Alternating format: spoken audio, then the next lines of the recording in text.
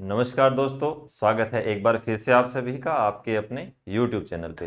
साथियों, अपन लोग BSc BEd के पेपर कर रहे हैं। मॉडल पेपर आपके लिए हम लोग लेकर के आए हैं। उम्मीद है कि आपके लिए वो मॉडल पेपर कारगर साबित हो रहे होंगे और आपके पेपर बहुत अच्छे जा रहे होंगे, क्योंकि आप बेहतरीन छात्र हैं, अच्छे पढ़ने वाले हैं, ऐसी हमें उम्मीद है। आप अगर लास्ट टाइम भी पढ़ रहे हैं तो आपके लिए ये फिर रामबाण साबित होंगे, आपको टेंशन लेने की कोई ज़रूरत नहीं है। साथियों, अपन लोग आज जो पेपर करने वाले हैं वो करेंगे बीएससी बीएड फर्स्ट ईयर का फर्स्ट पेपर करेंगे। बीएससी बीएड फर्स्ट ईयर का फर्स्ट पेपर करेंगे। सब्जेक्ट रहेगा अपना जूलॉजी। साथियों देखो, जूलॉजी का जो पार्ट है उसके अंदर ये जो सेक्शन ए हम यहाँ पे करने वाले हैं, क्या करने वाले हैं अपन लोग यहाँ पे सेक्शन ए के बारे में पढ़ेंगे।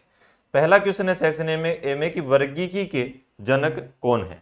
आपको क्या बताना है कि वर्गीकी के जनक कौन है। टिनोफोरा में उत्सर्जी अंग का नाम क्या होता है। जो टिनोफोरा होता है उसके उत्सर्जी अंग का नाम क्या होता है। ठीक है, आपको ये बताना है। देखो आगे है, जोंक के द्वारा होने वाले रोग का नाम बताना है। आपको क्या बताना, जोंक के द्वारा जो रोग हो सकता है उसका आपको नाम बताना है। ऐसे ही वन लाइनर जो क्वेश्चन होते हैं वो आप एक्स्ट्रा भी पढ़ सकते हैं। आपके पास जो भी मटेरियल है, आपके पास चाहे 1 वीक सीरीज है, आपके पास चाहे बुक है या फिर आपके कॉलेज के नोट्स हैं, आप कहीं से भी पढ़ सकते हैं। पेरिपेट्स किन दो संघों के बीच की योजक कड़ी है। आपको बताना है ये जितनी भी योजक कड़ियां हैं, सजीव निर्जीव के बीच की योजक कड़ी, दो संघों को मिलाने वाली योजक कड़ी। योजक कड़ियों से एक ना एक क्वेश्चन आता ही आता है, तो आप जितनी भी योजक कड़ियां हैं उनको पढ़ें।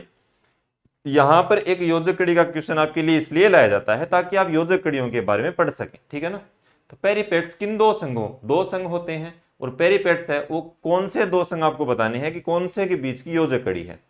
इकाइनोडर्मेटा के लार्वा का नाम बताना है कि ये जो इकाइनोडर्मेटा है इसके लार्वा का नाम क्या होता है, आपको ये बताना है। पर्णकृमि का वर्गीकरण करना है, जो पर्णकृमि है उसका आपको वर्गीकरण करना है। नाइडोब्लास्ट कोशिका की परिभाषा आपको बतानी है। ओबोलिया में जनन की कौन सी अवस्थाएं पाई जाती हैं, आपको उन अवस्थाओं के बारे में बताना है जो ओबोलिया में पाई जाती हैं, जनन की अवस्थाएं। ठीक है। प्लेटी हेलमिंथीज में किस प्रकार का शरीर का संगठन पाया जाता है। ये जो प्लेटी हेलमिंथीज है उसमें जो शरीर का संगठन है, उसकी जो बॉडी है, उसकी जो स्ट्रक्चर है वो किस प्रकार की पाई जाती है। प्लाज्मोडियम के दोनों प्रपोसी के नाम बताने हैं। प्लाज्मोडियम के दो प्रपोसी होते हैं, उनके आपको नाम बताने हैं। ठीक है ना, क्या क्या नाम होते हैं उनके। अब आता है आपका सेक्शन बी। सेक्शन बी में देखिए साथियों, प्लाज्मोडियम के जीवन चक्र का आरेख आपको बताना है। प्रोटोजोआ में पोषण या गमन विधियों को समझाना है। जो पोषण की और गमन की जो विधियां होती हैं, वहां से एक क्वेश्चन पुटअप हो सकता है एग्जाम में, इंपॉर्टेंट है, थोड़ा सा ध्यान रख लेना। स्पंजों में नाल तंत्र को समझाना है, इंपॉर्टेंट क्वेश्चन है। और प्रवाल भित्ति वाला तो इंपॉर्टेंट है ही है, प्रवाल भित्तियों पर आपको संक्षिप्त टिप्पणी लिखनी है। और स्पंजों के में नाल तंत्र जो है उसको आपको समझाना है। ऑर्थोपोडा के लार्वल अवस्थाओं का आपको वर्णन करना है। एक क्वेश्चन इस प्रकार से आ सकता है। निमेटोडा का गण तक वर्गीकरण करना है आपको। ठीक है ना, किसका करना है, निमेटोडा का करना है। प्रोन के उत्सर्जी अंग का नामांकित चित्र बनाना है, जो डायग्राम है। मैं आपको हर बार बताता हूं पेपर में, पिछले पेपर में भी बताया था मैंने आपको कि वहां से कोई ना कोई क्वेश्चन आ सकता है। देखो, हेलमिंथीज में परजीवी अनुकूलन को लिखना है आपको। जो हेलमिंथीज है उसमें जो परजीवी का जो अनुकूलन होता है वो आपको बताना है। पाइला का वर्गीकरण आपको करना है। जो पाइला होता है उसका वर्गीकरण करना है और वर्गीकरण करते हुए उसका जो कवच है उसकी आपको विशेषता बतानी है। उसका जो कवच होता है, बाहरी आवरण जो होता है, उसकी क्या क्या विशेषताएं होती हैं, उसमें क्या क्या क्वालिटीज पाई जाती हैं, वो आपको बतलानी है। तारा मछली के लार्वा का नाम बताना है। तारा मछली के लार्वा का नाम बताना है और नाम बताने के साथ साथ क्या करना है, उसके ऊपर आपको संक्षिप्त विवरण भी देना है। इस बार नाम भी आपको बताना है और विवरण भी आप ही करोगे क्योंकि बड़ा क्वेश्चन है। ठीक है, अब आता है आपका सेक्शन सी। प्रोटोजोआ में जनन विधियां लिखिए। जो प्रोटोजोआ होता है उसकी जनन विधियों के बारे में आपको बताना है। स्पंजों में नाल तंत्र का उद्विकास, एक स्पंजों में नाल तंत्र का क्वेश्चन ऊपर भी बताया था मैंने आपको। यहाँ पे इस बार आपके लिए उद्विकास के बारे में आपसे पूछ लिया। यहाँ से बड़ा क्वेश्चन पुटअप होने के ज्यादा चांसेस रहते हैं। जोंक के जीवन चक्र का वर्णन करना है। जो जोंक है उसके जीवन चक्र का आपको क्या करना है, वर्णन करना है। ठीक है।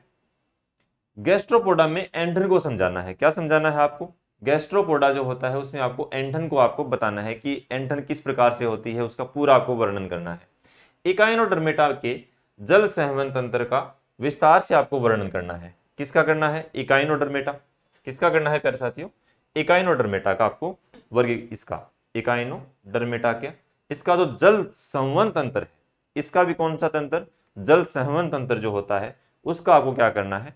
वर्णन करना है। तो इस प्रकार से आपका एक पेपर था, छोटा सा पेपर है अपना, और कम समय में यानी 5-7 मिनट लगते हैं आपको बताने के लिए, और उसके पीछे की जो मेहनत होती है, उसको पीछे को जो बनाने का जो टाइम है उसको तो आप छोड़िए, वो कितना लगता है कितना नहीं लगता है, क्यों बनाने वाले को ही पता है कि उसमें कितनी मेहनत लगती है, ठीक है ना। आप तो बस ये मान के चलो कि आपकी थाली में हमने घी परोस दिया, आपने कुछ नहीं किया, कहाँ से दही आया कहाँ से क्या है वो आपको कोई लेना देना नहीं है, उसको आप छोड़िए। आप तो बस अपनी तैयारी पे ध्यान दीजिए और ये पेपर पढ़िए और आराम से अपनी नैया को पार लगाइए, ठीक है ना।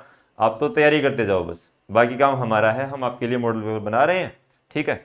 तो आपके लिए ये शायद कारगर साबित हो रहे होंगे। तो मिलते हैं अपन लोग अगली क्लास के अंदर एक नए पेपर के साथ। इस एग्जाम के लिए आपको wish you all the best.